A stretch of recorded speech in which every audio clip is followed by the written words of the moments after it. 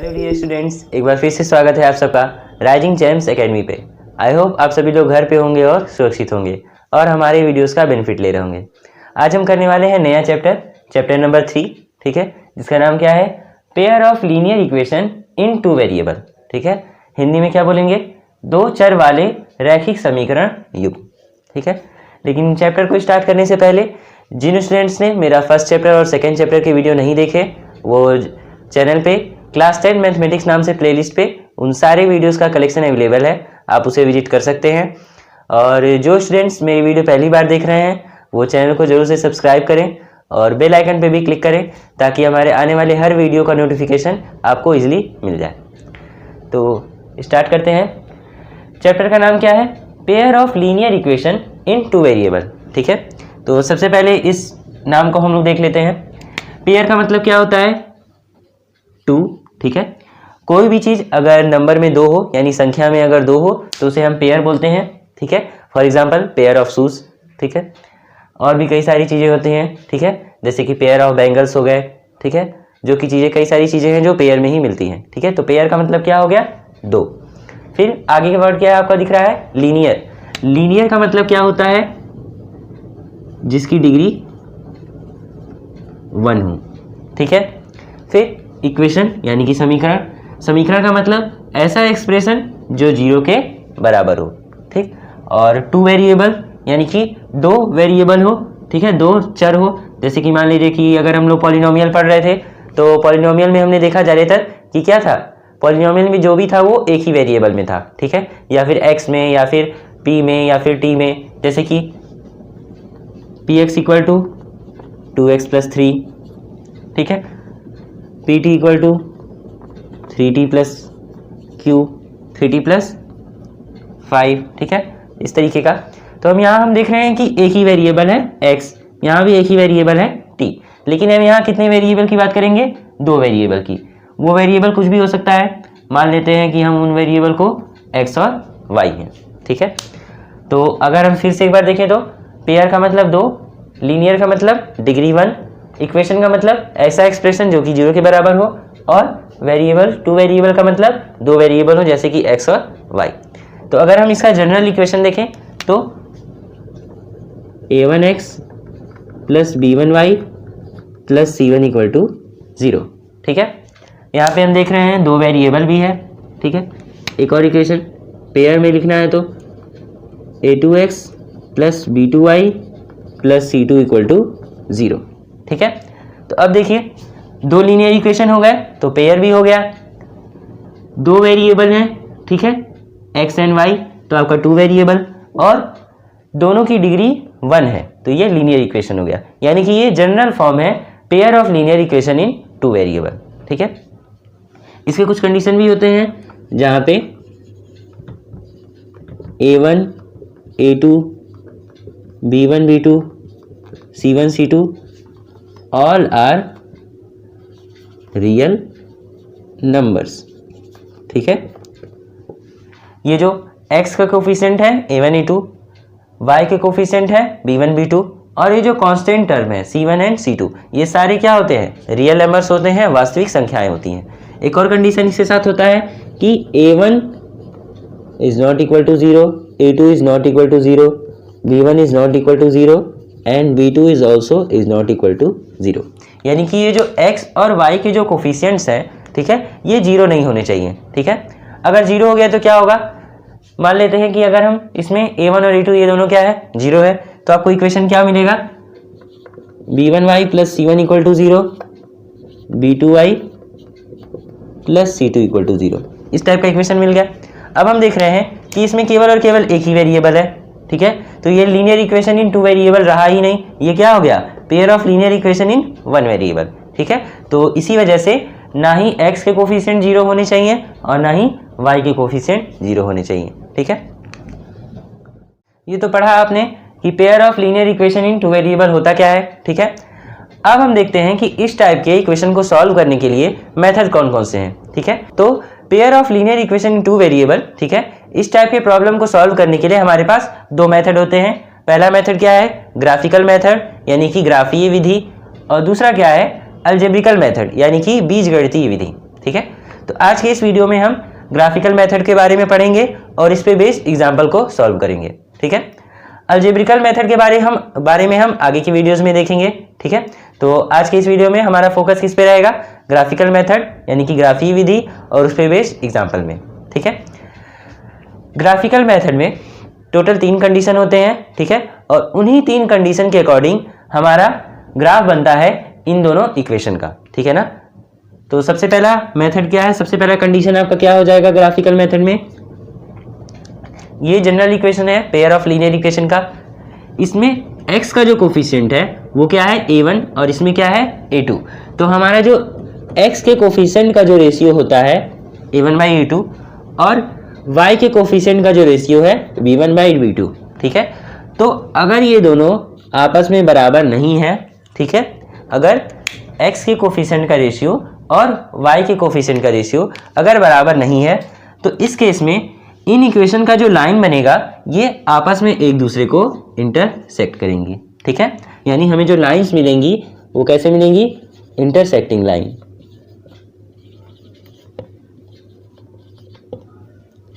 एक दूसरे को काटने वाली यानी कि प्रतिच्छेदित रेखाएं मिलेंगी। ठीक है, और प्रतिच्छेदित रेखाएं मिलेंगी। ठीक है, और क्योंकि हमें लाइन कट कर रही हैं और वो भी केवल एक ही पॉइंट पे कट कर रही हैं। ठीक है, तो हमें इसका जो सॉल्यूशन मिलेगा वो भी क्या मिलेगा, एक ही सॉल्यूशन मिलेगा। ठीक है, और क्योंकि ऐसे इक्वेशंस जिनके हमें सॉल्यूशन मिलते हैं उन्हें हम क्या बोलते हैं, कंसिस्टेंट इक्वेशन। ठीक है ना, तो ये कंसिस्टेंट भी होंगे। ठीक है, तो फर्स्ट कंडीशन आपको समझ में आया कि जो दिए हुए दोनों इक्वेशन है उसमें x के कोफिशिएंट का रेशियो और y के कोफिशिएंट्स का रेशियो अगर बराबर नहीं है तो हमें दिए हुए इक्वेशन का जो लाइन मिलेगा वो आपस में एक दूसरे को इंटरसेक्ट करेंगी, और क्योंकि इंटरसेक्ट कर रही हैं तो इंटरसेक्ट एक ही पॉइंट पे करेंगी, तो इसलिए हमें इसका जो सॉल्यूशन मिलेगा वो केवल और केवल एक सॉल्यूशन मिलेगा। और क्योंकि हमें इसका सॉल्यूशन मिल रहा है तो इसलिए ऐसे इक्वेशंस को हम क्या बोलेंगे, कंसिस्टेंट इक्वेशन। ठीक है, अब हम सेकंड कंडीशन के बारे में जानते हैं। सेकंड कंडीशन हमारा क्या होगा, अगर a1/a2 b1/b2 और c1/c2 ये तीनों इक्वल हो जाए, यानी कि x के कोफिशिएंट का रेशियो और y के कोफिशिएंट्स का रेशियो और कांस्टेंट टर्म का रेशियो, ये तीनों अगर इक्वल हो जाए तो इस केस में हमें जो इन दोनों इक्वेशन का जो लाइन होगा ये दोनों एक दूसरे को आपस में क्या करेंगे, कॉन्साइड करेंगे। ठीक है, यानी कि अगर ये फर्स्ट लाइन का ये अगर फर्स्ट वाले इक्वेशन का लाइन है, ठीक है ना, ये लाइन अगर फर्स्ट इक्वेशन को रिप्रेजेंट करता है तो जो सेकंड इक्वेशन होगा वो भी इसी लाइन पे होगा। ठीक है ना, जो सेकंड लाइन होगा वो भी इसी पे होगा, यानी ये एक दूसरे को क्या करेंगे, कॉन्साइड करेंगे, ये एक दूसरे के समपाती होंगे। ठीक है ना, समपाती, हिंदी में समपाती कहते हैं। ठीक है, तो इसका मतलब हमें जो लाइंस मिलेंगी वो कैसी होंगी, आपस में एक दूसरे को कॉन्साइड करेंगे। अब दोनों लाइन, ठीक है ना, दोनों लाइन जिस पॉइंट पे आपस में मिलती हैं, ठीक है ना, उसी पॉइंट को हम लोग क्या बोलते हैं, इन इक्वेशन का सॉल्यूशन बोलते हैं। तो हम देख रहे हैं कि ये दोनों लाइन आपस में कई सारे पॉइंट पे मिल रही हैं। ठीक है, कई सारे पॉइंट पे, इस पूरे एरिया में जितने पॉइंट्स होंगे ये दोनों लाइन उन सारे पॉइंट पे मिलेंगी। ठीक है, तो इसके कई सारे सॉल्यूशन हो सकते हैं, तो हमें कई सारे सॉल्यूशन मिलेंगे। ठीक है ना, मैनी सॉल्यूशंस। ठीक, और क्योंकि सॉल्यूशन मिल रहे हैं तो इस वजह से ये कंसिस्टेंट भी होगा। ठीक है, तो फिर अब हमारा आता है थर्ड इक्वेशन। ठीक है, थर्ड इक्वेशन, अगर a1/a2 और b1/b2 ये दोनों बराबर हैं लेकिन ये दोनों नॉट इक्वल टू हैं c1/c2 के, यानी कि x के कोफिशिएंट का रेशियो और y के कोफिशिएंट का रेशियो तो बराबर है लेकिन ये बराबर किसके नहीं है, कांस्टेंट टर्म के रेशियो के। ठीक है, तो इस केस में दोनों इक्वेशन का जो लाइन होगा वो आपस में एक दूसरे के पैरेलल होंगे, यानी कि समांतर होंगे। ठीक है, तो इस केस में हमें जो लाइंस मिलेंगी, जो ग्राफ मिलेगा वो कैसा होगा, दोनों लाइंस पैरेलल होंगी एक दूसरे की।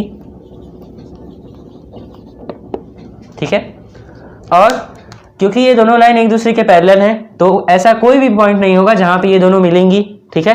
तो जब दोनों एक दूसरे को मिल ही नहीं रही हैं, ठीक है ना, किसी पॉइंट पे मीट नहीं कर रही हैं, तो हमें ऐसे इक्वेशन का कोई भी सॉल्यूशन नहीं मिलेगा, ठीक है। तो इस टाइप के इक्वेशंस का कोई भी सॉल्यूशन नहीं होगा, तो नो सॉल्यूशन, कोई भी हल नहीं मिलेगा। और क्योंकि कोई सॉल्यूशन ही नहीं मिल रहा है तो इस टाइप का जो इक्वेशन होगा वो कैसा होगा, इनकंसिस्टेंट, ठीक है। तो आई होप आप लोग को समझ में आ गया होगा ग्राफिकल मेथड में कौन कौन सी कंडीशन या किस किस टाइप में हमें ग्राफ मिलेंगे, ठीक है। तो अब हम इसको एग्जाम्पल के थ्रू समझते हैं कि ग्राफिकल मेथड से इस टाइप की इक्वेशन को, इन प्रॉब्लम्स को कैसे सॉल्व किया जाता है, ठीक है। नंबर 1 क्या कह रहा है, आप लोग स्क्रीन पे देख सकते हैं। Akhila went to a fair, she wanted to enjoy rides on the giant wheel and play hoopla, ठीक है। अखिला जो कि एक लड़की है वो एक मेले में घूमने गई है, ठीक है, और उस मेले में वो बड़े वाले झूले पे झूलना चाहती है और हुपला भी खेलना चाहती है। हुपला क्या होता है, ठीक है। हुपला आप लोगों ने देखा होगा, जब भी मेले में जाते हैं तो आप लोगों ने देखा होगा कि एक गेम इस टाइप का होता है जिसमें हमें रिंग दिया जाता है और उस रिंग को हम जिस भी सामान पे फेंकते हैं वो सामान हमारा हो जाता है, ठीक है। तो उस गेम को हम लोग हुपला कहते हैं। आगे क्या कह रहा है क्वेश्चन में, the number of times she played hoopla is half the number of rides she had on the giant wheel. तो सबसे पहले हम क्या करेंगे, सबसे पहले हम मान लेते हैं let the number of times she ride equal to x and the number of times she played hoopla equal to y, ठीक है। तो सबसे पहले हमने मान लिया कि अखिला ने x बार झूले पे झूला और y बार हुपला खेला, ठीक है। अब क्वेश्चन में क्या कह रहा है, the number of times she played hoopla is half the number of rides she had on the giant wheel, ठीक है। तो according to question the number of times she played hoopla is half the number of times she ride on the giant wheel, ठीक है। यानी कि y equal to 1/2x, ये आपको first equation मिला। आगे क्या कह रहा है, इफ ईच राइड कॉस्ट 3 रुपी, अगर एक राइड पे उसको 3 रुपए देने पड़ रहे हैं तो x राइड पे कितने देने पड़ेंगे, 3x,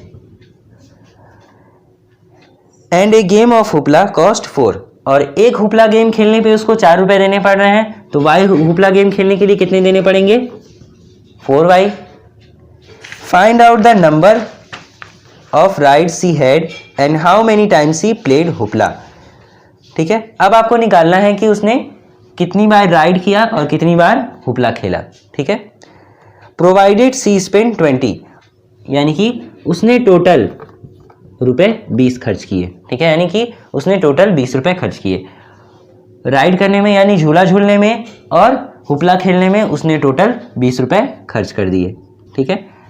तो दिए क्वेश्चन के अकॉर्डिंग हमारा जो अलजेब्रिकल एक्सप्रेशन बना, जो अलजेब्रिकल इक्वेशन बना, वो ये दोनों इक्वेशन बना, ठीक है।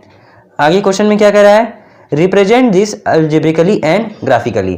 तो अलजेब्रिकली तो हमने इसे रिप्रेजेंट कर दिया, ठीक है। अब हमें ग्राफिकली रिप्रेजेंट करना है, लेकिन उससे पहले हमें x और y की वैल्यू भी फाइंड करनी है, ठीक है। अब x की और y की वैल्यू फाइंड करने के लिए इन दोनों को हम सॉल्व करेंगे, ठीक है। तो अगर हम y की जगह x/2 अगर इक्वेशन 2 में रख दे तो हमें क्या मिलेगा, ठीक है। Putting y equal to 1/2x in 2 from 1, ठीक है। क्या हो मिलेगा हमें, अब देखिए 3x + 4 और y की जगह क्या रखना है, 1/2x, ठीक है। अब 2 की टेबल में 4 2 टाइम्स में आता है, ठीक है। तो ये क्या हो गया 2, अब हमें क्या मिल गया 3x + 2x इक्वल टू 20, ये हो गया हमारा 5x इक्वल टू 20, और ये हो गया हमारा x इक्वल टू 20/5, यानी कि 5 की टेबल में 20 4 टाइम्स में, यानी x इक्वल टू 4 मिल गया। तो अगर x इक्वल टू 4 है तो फ्रॉम इक्वेशन 1 से y की वैल्यू क्या मिल जाएगी, 1/2 × 4, और 2 के टेबल में 4 2 टाइम्स में, y इक्वल टू 2। ठीक है, ये मिल गया आपको x और y दोनों की वैल्यू। इसका मतलब the number of times he ride x equal to 4 and the number of times she played hoopla y equal to 2। ठीक है, तो अब देखिए ये तो हमारा हो गया x और y का सॉल्यूशन। ठीक है, x और y का वैल्यू, ये तो हमारा हो गया x और y का वैल्यू। ठीक है, अब हमें इसे ग्राफिकली भी रिप्रेजेंट करना है, तो हम ग्राफिकली इसको रिप्रेजेंट कैसे करेंगे, आइए देखते हैं। पहले हम दो टेबल बनाएंगे इक्वेशन 1 और इक्वेशन 2 के लिए। एक्स वाई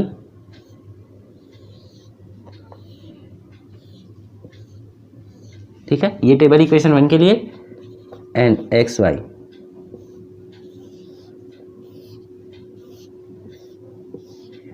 ये टेबल इक्वेशन 2 के लिए। ठीक है, तो अगर हम इक्वेशन 1 में इन 1 पुटिंग x इक्वल टू 0, अगर हम इक्वेशन 1 में x की जगह 0 पुट कर दें तो हमें y क्या मिल जाएगा, 1/2 multiply by 0, y equal to 0। ठीक है, तो x की जगह अगर हम 0 पुट कर रहे हैं तो y की वैल्यू भी हमें 0 मिल रही है, तो हमें एक पॉइंट मिला 0 0। ठीक है, फिर से अगर हम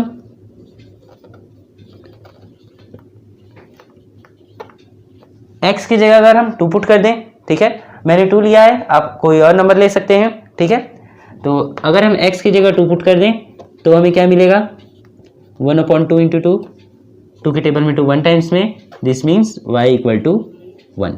ठीक है, तो x इक्वल टू 2 पुट करने पे y की वैल्यू 1 मिल रही है, यानी कि 2 और 1। तो किसी भी लाइन को बनाने के लिए हमें 2 पॉइंट का मिनिमम 2 पॉइंट का जरूरत रहता है। ठीक है, और हमें यहाँ पे 2 पॉइंट मिल गए हैं।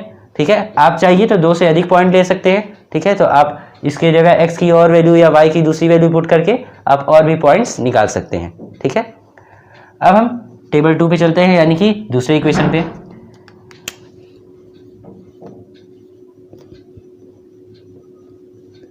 इनटू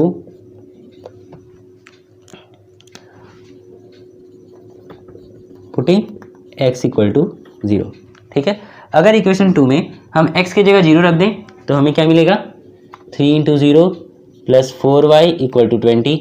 ये तो 0 हो गया, क्या मिल गया, 4y equal to 20, y equal to 20/4 और 4 के टेबल में 25 टाइम्स में, यानी कि y इक्वल टू 5।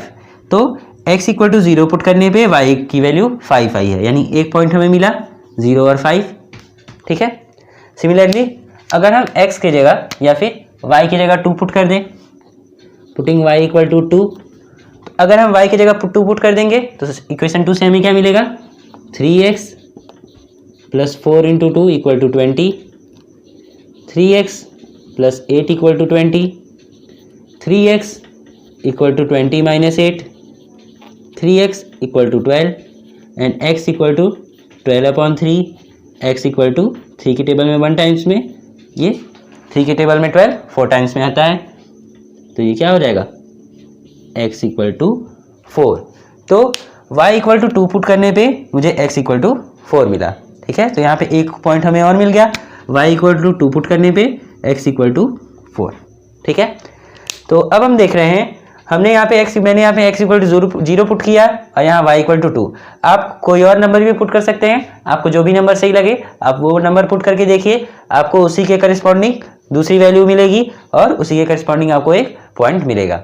ठीक है, तो लाइन को ड्रॉ करने के लिए मिनिमम 2 पॉइंट का जरूरत होता है, तो हमें दोनों इक्वेशन के लिए 2 पॉइंट मिल गए हैं। ठीक है, अब हम इन दोनों पॉइंट की हेल्प से क्या करेंगे, लाइन को ड्रॉ करेंगे ग्राफ पे।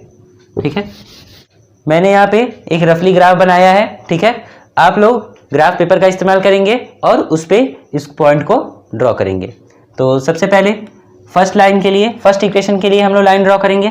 फर्स्ट इक्वेशन के लिए पॉइंट क्या क्या मिला था, फर्स्ट पॉइंट है आपका 0 0, x की वैल्यू भी 0 और y की वैल्यू भी 0, तो पॉइंट आपका क्या बनेगा, ये ओरिजिन। सेकेंड पॉइंट क्या है, x कोऑर्डिनेट 2 और y कोऑर्डिनेट 1, तो x अगर 2 है और y 1 है, यानी कि x2 y1, ये कुछ यहाँ पे इंटरसेक्ट करेंगे, तो सेकेंड पॉइंट आपको ये मिल गया। ठीक है। तो फर्स्ट इक्वेशन के लिए दोनों पॉइंट हमने यहाँ पे ड्रॉ कर दिया। अब इसको अगर हम मिलाएं दोनों को तो हमें एक लाइन मिलेगा इस टाइप का, ठीक है। आप लोग ग्राफ पेपर पे बनाएंगे और स्केल के हेल्प से इस लाइन को बनाएंगे तो आपका लाइन एकदम एग्जैक्ट बनेगा, ठीक है। अब दूसरे इक्वेशन के लिए जो पॉइंट हमें मिला उसको इस पे हम लोग ट्रेस करेंगे। फर्स्ट पॉइंट आपका क्या है, x की वैल्यू 0 और y की वैल्यू 5। तो x इक्वल की वैल्यू 0 और y की वैल्यू 5, यानी कि यहाँ पे एक और, तो ये आपको एक पॉइंट मिल गया, ठीक है। x की वैल्यू 0, y की वैल्यू 5। सेकेंड पॉइंट क्या है, x इक्वल टू 4 और y इक्वल टू 2, यानी x का जो कोऑर्डिनेट है वो 4 है और y का जो कोऑर्डिनेट है वो 2 है। तो x इक्वल टू 4 और y equal to 2, y2 x equal to 4, ये कुछ यहाँ पे मिलेगा, ठीक है। इस टाइप का पॉइंट है, यहाँ पे एक पॉइंट मिला। अब y इक्वेशन के सेकेंड इक्वेशन के लिए जो दोनों पॉइंट था वो हमने दोनों पॉइंट यहाँ पे बना दिया है। अब इन दोनों को जब हम मिलाएंगे तो हमें एक इस टाइप का लाइन मिलेगा, ठीक है। ये एग्जैक्ट नहीं है, आप लोग ग्राफ पेपर पे और स्केल के हेल्प से बनाएंगे तो आप लोग का एग्जैक्ट बनेगा, ठीक है। तो ये रफली कुछ इस टाइप का फिगर आपको मिल रहा है, ठीक है। तो जो दोनों इक्वेशन हमें मिला या क्वेश्चन के अकॉर्डिंग जो भी कंडीशन दिए थे, कंडीशन के अकॉर्डिंग जो भी हमें इक्वेशन मिला वो जो दोनों उसका जो ग्राफ होगा वो इस टाइप का बनेगा, ठीक है। तो आई होप आप लोग को अच्छे से समझ में आ गया होगा। देखिए दोनों लाइन है आपस में एक पॉइंट पे इंटरसेक्ट कर रही हैं, इसका मतलब ये कैसी लाइन है, इंटरसेक्टिंग लाइन है, और एक पॉइंट पे इंटरसेक्ट कर रही हैं तो हमें इस क्वेश्चन का यानी कि इन दोनों इक्वेशन का एक ही सॉल्यूशन मिलेगा, और क्योंकि सॉल्यूशन मिल रहा है इस वजह से ये कंसिस्टेंट भी होगी, ठीक है। तो आई होप आप लोग को अच्छे से समझ में आ गया हो। एग्जाम्पल नंबर 1, आज के इस वीडियो में हमने क्या क्या पढ़ा। सबसे पहले हमने pair of linear equation in two variable क्या होता है इसके बारे में जाना। इसको सॉल्व करने के लिए मेथड कौन कौन से होते हैं, ग्राफिकल मेथड और अलजेब्रिकल मेथड। ग्राफिकल मेथड क्या होता है उसके बारे में हमने जाना, ठीक है। और उस पर क्वेश्चन कैसे सॉल्व किए जाते हैं हमने एक एग्जाम्पल के थ्रू भी समझ लिया, ठीक है। तो आई होप आप लोग को आज के वीडियो में मैंने जितनी भी सारी चीज़ें बताई हैं आप लोग को समझ में आया होगा, ठीक है। कोई भी डाउट और क्वेरी है तो आप लोग कमेंट बॉक्स में कमेंट कर सकते हैं, और इसके अलावा हमारे टेलीग्राम चैनल पे भी जुड़ सकते हैं जिसका नाम है राइजिंग चैम्प्स एकेडमी, और जिसका लिंक आपको डिस्क्रिप्शन में दिया हुआ है, ठीक है। तो आज के इस वीडियो में बस इतना ही। आगे के क्वेश्चन या आगे के एग्जाम्पल हम लोग नेक्स्ट वीडियो में सॉल्व करेंगे, ठीक है। तब तक के लिए हमारे साथ बने रहिए। Stay home, stay safe, keep rising and go ahead. Thank you for watching us.